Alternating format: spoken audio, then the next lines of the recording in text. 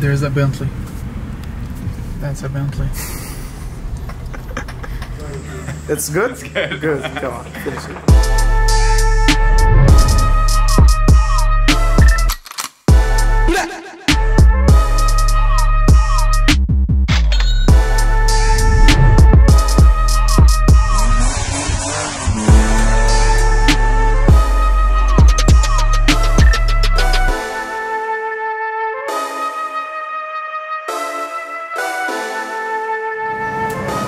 Good morning guys and welcome to the first full day in Iraq, otherwise known as Kurdistan. It's an autonomous region in the northeast of Iraq, bordered by Syria, Turkey and Iran. Today I've come down to get some amazing breakfast, got some falafel and a huge amount of salad here. Super stoked on that, good way to start the day. You know how much I love falafel. Anyway, we're going to eat this, then we're meeting up with some locals and we're going to walk the streets of this city called Erbil here.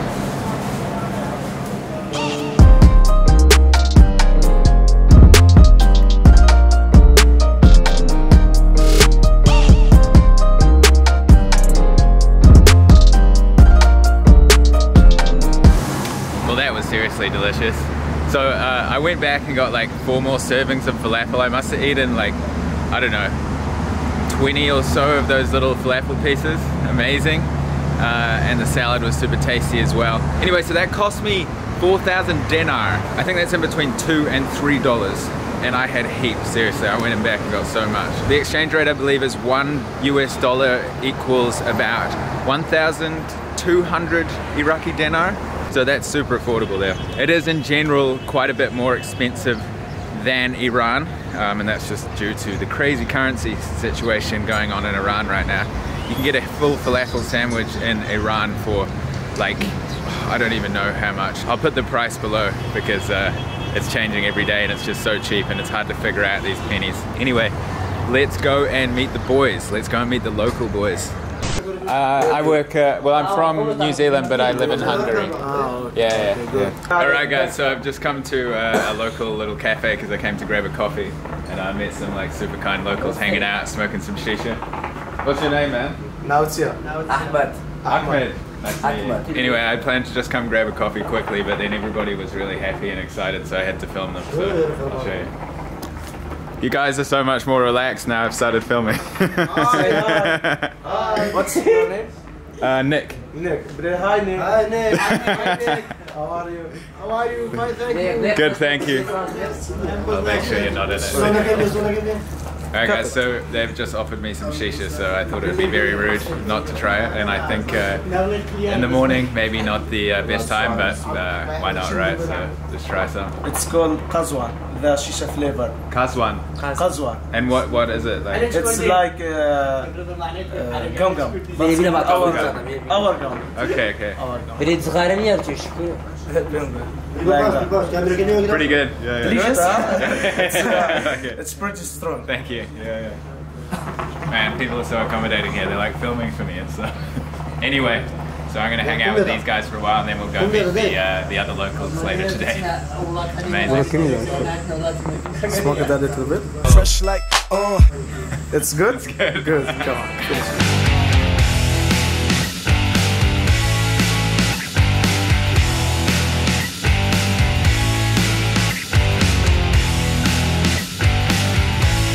Pretty cool experience meeting those guys in the Shisha bar, and now I've met up with my new friend Luca. Hey, what's up guys? And can you tell us a bit about your amazing outfit? So actually I'm wearing Kurdish traditional clothes today, and actually today is the traditional clothes day here, so you'll see everyone wearing Kurdish clothes here. Right. Yeah, it's so cool actually. That's so cool, man. Love it. Yeah, actually it's my second time wearing it. Yeah. Right, so it's a new thing for you. Yeah, it's a new thing to me too, you know? Right. I need to get myself one of these. Well, you'll go check them out. Okay. if you find a good one, you should go one too. Right. Alright, well we're gonna head to the bazaar area and have a look around there, but should be a good day.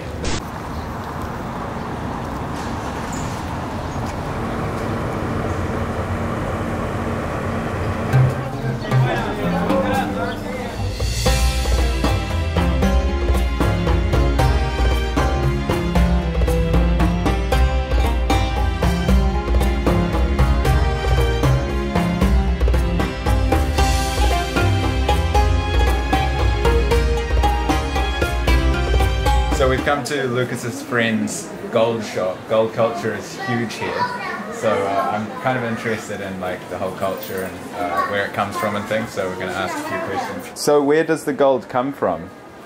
We are bringing it from Italy, from gold, from Singapore, from India. Lucas was telling me that if you want to get married in Kurdistan, you need to have a lot of gold to win the right woman. Yes, it's it's up to the family. If they have that much, we speak about the probability. The budget and yeah. Okay. They buy from 100 gram, 150, sometimes 500 gram. Wow. And how much is 500 grams? It's around $25,000. Wow. Yeah. And what's the most you've ever sold? In to one person? Or is it, you don't have to say if you don't want to, but it's too much. Yeah, I understand. Yeah. Right. How many gold shops are there in this area? In this area or in the whole market, or you ask about? In this market, yeah. In this market, I think there are 400. 400? Yeah. Wow. Okay, so it's a... They're all next to each other, as you can see, like they're all around each other, yeah. Lots of competition. Yeah, definitely. Yeah. Okay, I appreciate it. You're much welcome. All right, bye-bye. Yeah. Thank you. Bye.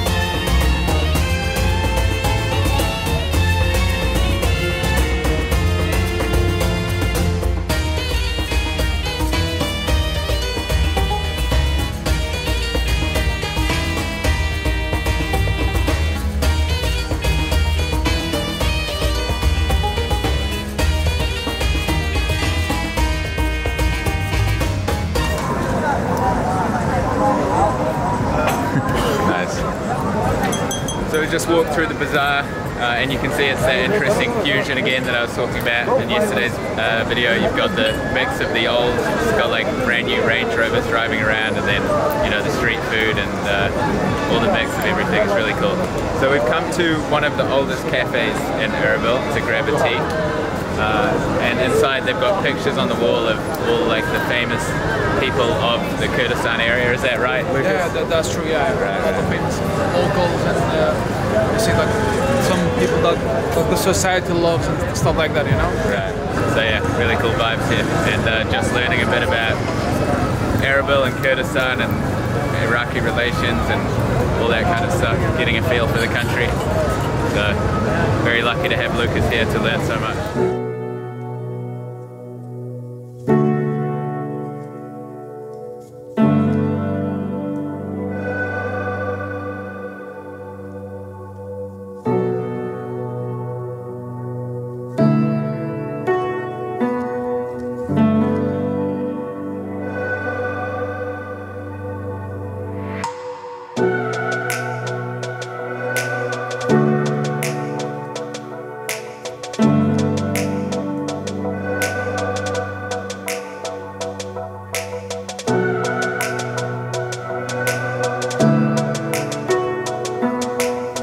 Just been walking around through this kind of above they call it the Citadel area, and there's just incredible views all around.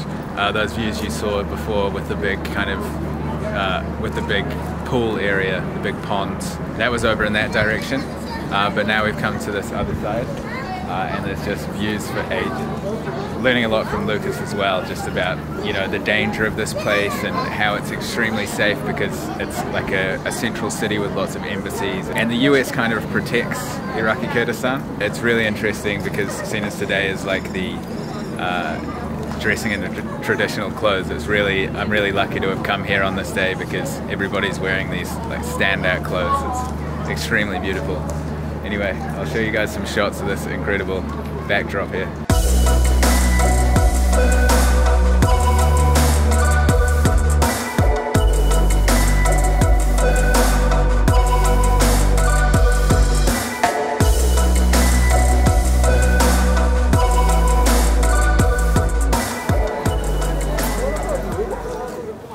So that's the Kurdistan flag, and it's important to distinguish the difference between that and the main Iraq flag. So they're a bit different.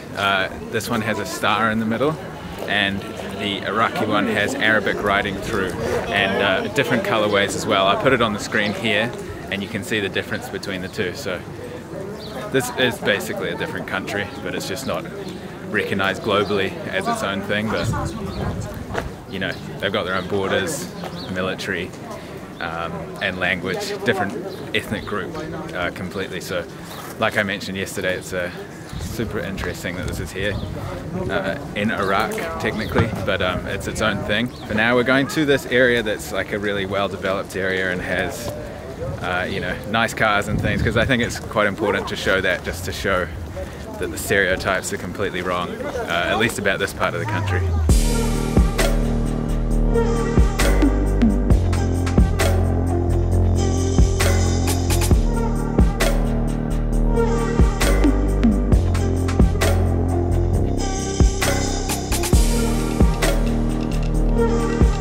Just over $1, right? Yeah, $1. Yeah, sweet.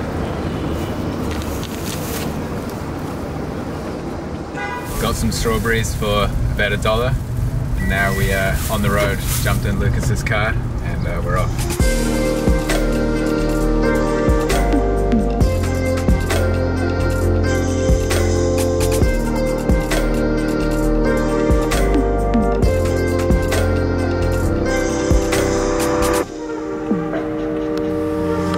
So there's quite a lot of wealth here, and Lucas was just telling me something extremely interesting as we drive past the Mercedes-Benz dealership.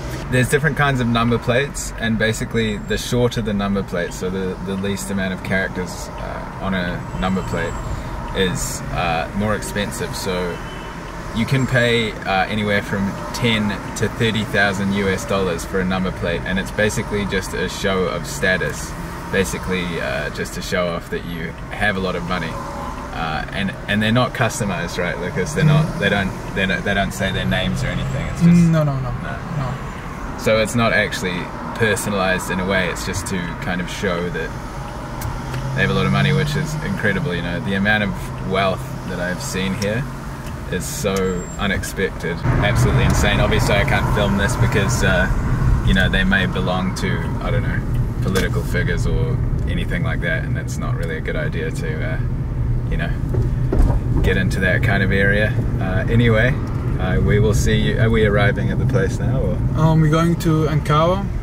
Ankawa is like a small town. It's mostly Christians. Okay. Yeah, I live there, so right. We're gonna check it out. How many, in terms of percentage, do Christians make up in Iraq compared to Muslims? They're the minority, so I don't really think I can't give you like a real. Right. I'll put it on the screen. Approximately, maybe less than 10%. Okay, cool. I'll put the percentage on the screen here. Yeah, just Range Rovers, Chevrolets, Mercedes. You can't believe it, seriously.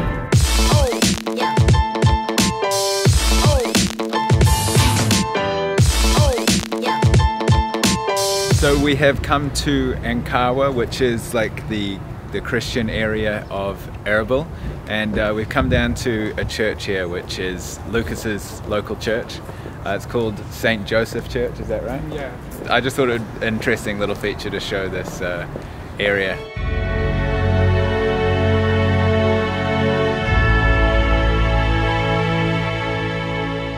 So Lucas, where's your epic outfit going?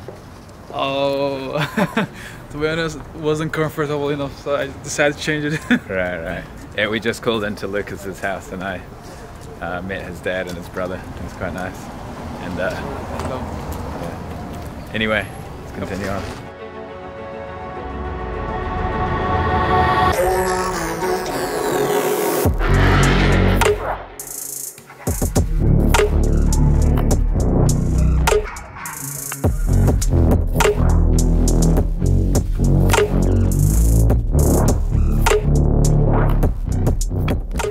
a Bentley. That's a Bentley.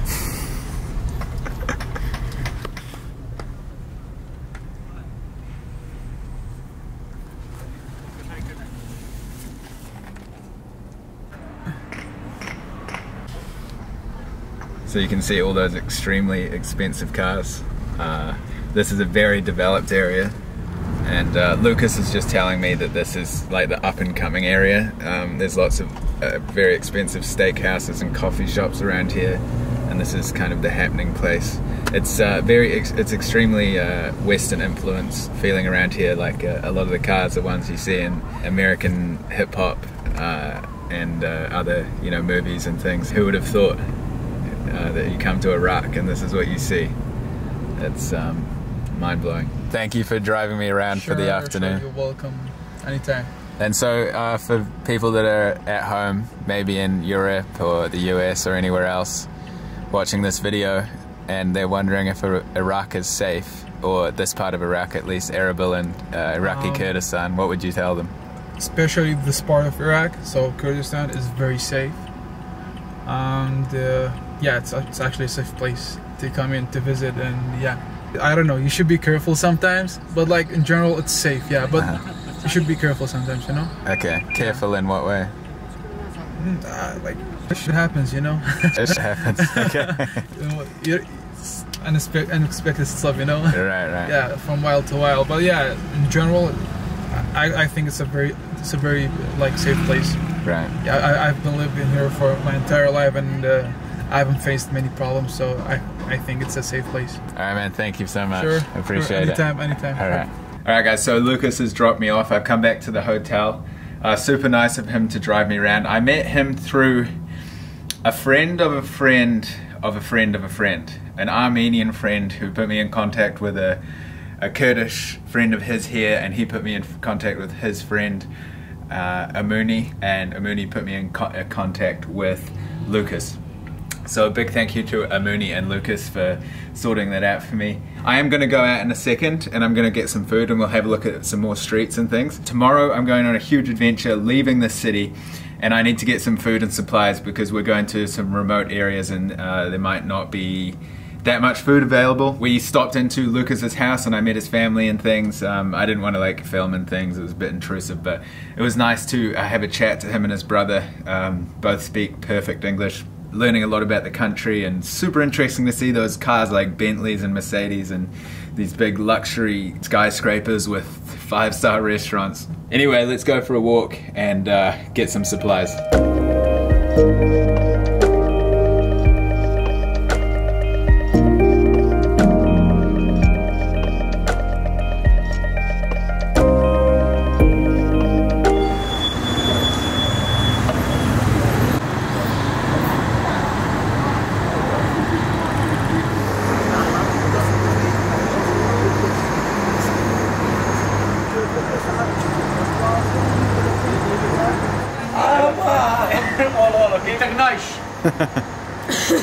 It's a video. It's a video? Yeah. Which canal? Channel? Yeah. YouTube. YouTube? Yeah. Yeah, okay. Yeah. You like it? Yeah, I like it. Okay, sweet. What's your name? My name is Mohammed. Yeah. Nice to meet you. Thanks. I'm Nick. Me also, thanks. Alright. Are you guys having fun? Yeah. Yeah? Do you taste it? Yeah, this morning. Okay. Yeah, it was strong. It's nice. Alright, nice to meet you. Good. Bye. Thanks. Spars.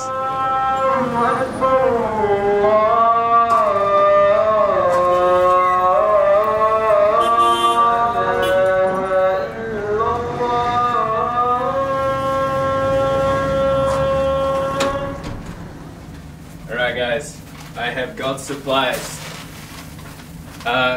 This is basically like, I don't know how many, six boxes of like different kinds of combinations of falafel and salad for less than $10 US.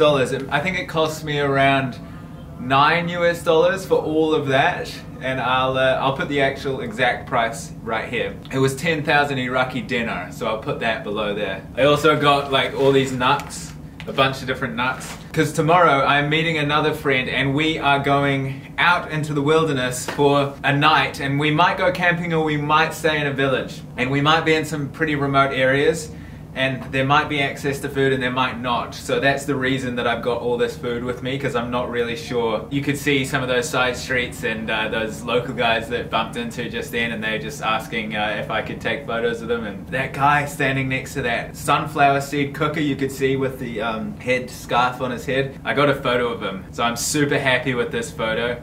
If you want to see this photo and many more, check out my Instagram, because I've been getting some pretty cool photos on this Iran and Iraq trip. Yeah, so tomorrow I'm getting picked up in the morning and we'll go for an adventure into the wilderness of Iraqi Kurdistan.